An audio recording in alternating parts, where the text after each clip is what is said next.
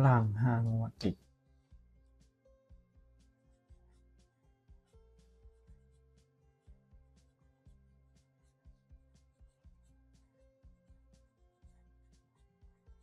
คำนวณ2 ตัวล่าง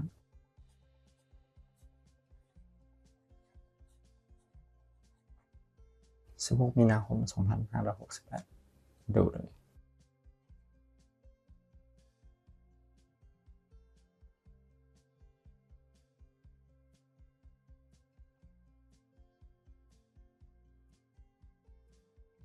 สวัสดีครับทำไมเราวันนี้เด็ดกันไหมครับวันนี้มาดูสูตรคำนวณล่าง5 งวดติด2 ตัวล่างครับ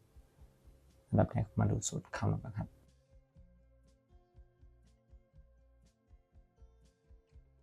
สูตรที่คำนวณครับมี2 สูตรนะครับสูตรที่1หลักแสนบวกหลักหมื่น2 ครั้งบวก10 ล่างและ10 คงที่จากนั้นบวกอีก1 แต้มครับสูตรที่2หลักหมื่นบวกหลักร้อยบวก10 ล่างบวก2 คงที่และ1 แต้มเช่นเดียวกันครับเดี๋ยวไปดูวิธีคำนวณและตรวจสอบตัวเลขพร้อมกันนะครับ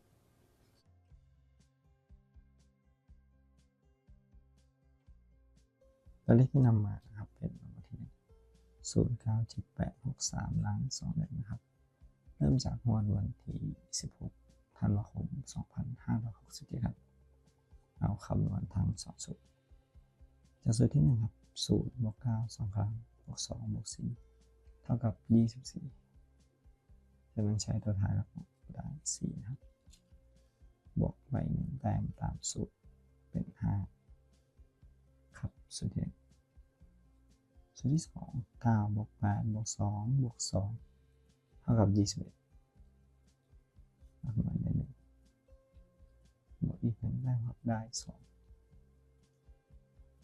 จากนั้นเรียงเลขที่ได้41 42 51 52ครับเลขหลังครับงวดต่อมาออก51ตรงงวดแรกครับวันที่2 มกราคมนะครับคำนวณต่อครับกับสูตรเดิม730 209ล่าง51ครับวันที่2 มกราคมจากสูตรเลข7บวก3 2 ครั้งบวก5และ10เลขเท่ากับ22ตัวท้ายตัวเดียวคือเลข2บวกไป1 แต้มได้3ครับสูตรที่2ครับ3บวก2บวก5บวก2ได้12ตัวท้ายเลข2บวกอีก1 แต้มเลข3ครับมาเรียงตัวเลขครับ22 23 32และ33งวดต่อมาเลขล่างออก23ครับเข้าตก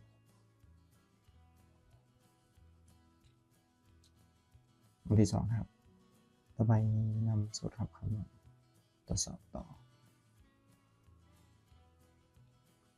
วันที่1 807 779ล่าง23จากวันที่17 มกราคมนะครับคำนวณ2 สูตร8บวก0 2 ครั้งบวก2บวก4เป็น14ตัวท้ายเลข4บวกเพิ่ม1 แต้มได้5ครับตัวที่2ครับ0บวก7บวก2บวก2ได้11หลักหน่วย1บวกอีก1 แต้มได้เลข2ครับเลขที่ได้42 51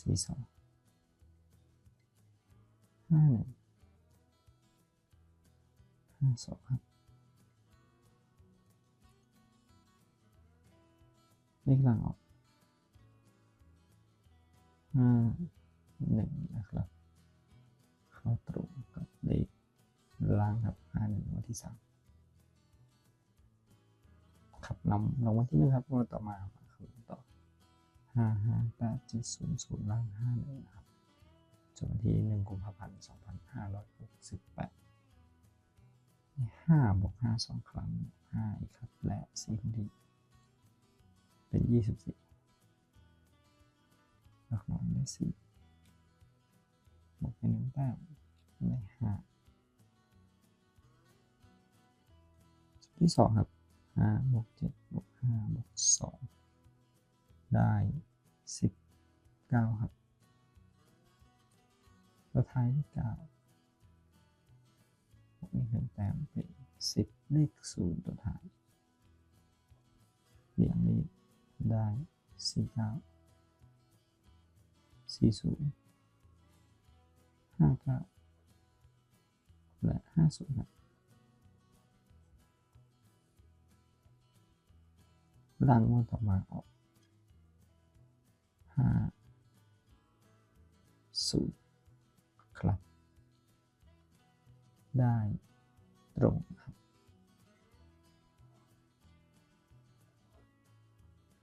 ในวันที่16 กุมภาพันธ์ 2568เป็นงวดที่4ต่อไปครับเป็นงวดที่5นะครับที่เรานำไปคำนวณตรวจสอบ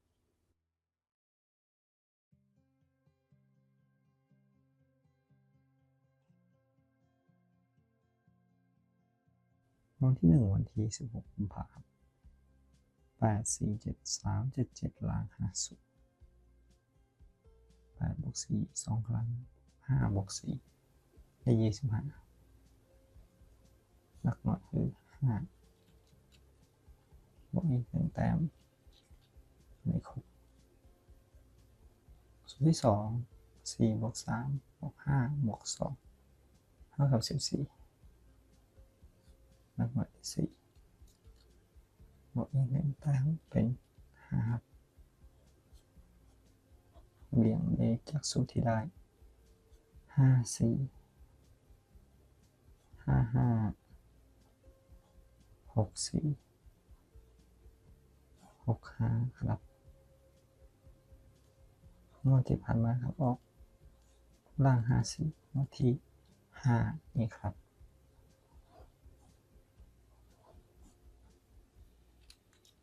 จากนั้นเราใช้สูตรนี้นะครับ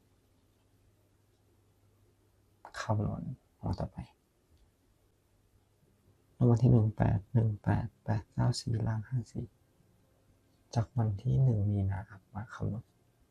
8 บวก 1 2 ครั้งบวก 5 บวก 4เท่ากับ19อีก9ครับตัวท้ายบวกไป1แต้มเป็น10เลข0สูตรที่2 1 บวก 8 บวก 5 บวก 2ได้16ตัวท้ายเลข6บวกไป1แต้มเป็น7ครับเลขที่ได้9 6 9 7 0 6 0 7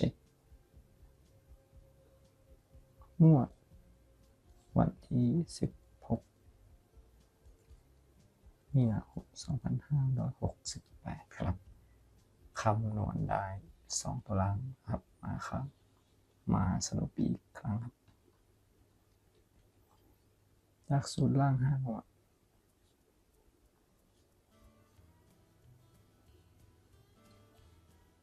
ได้96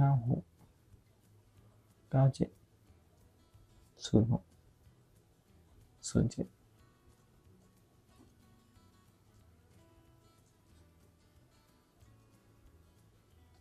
16 มีนาคม 2568ครับ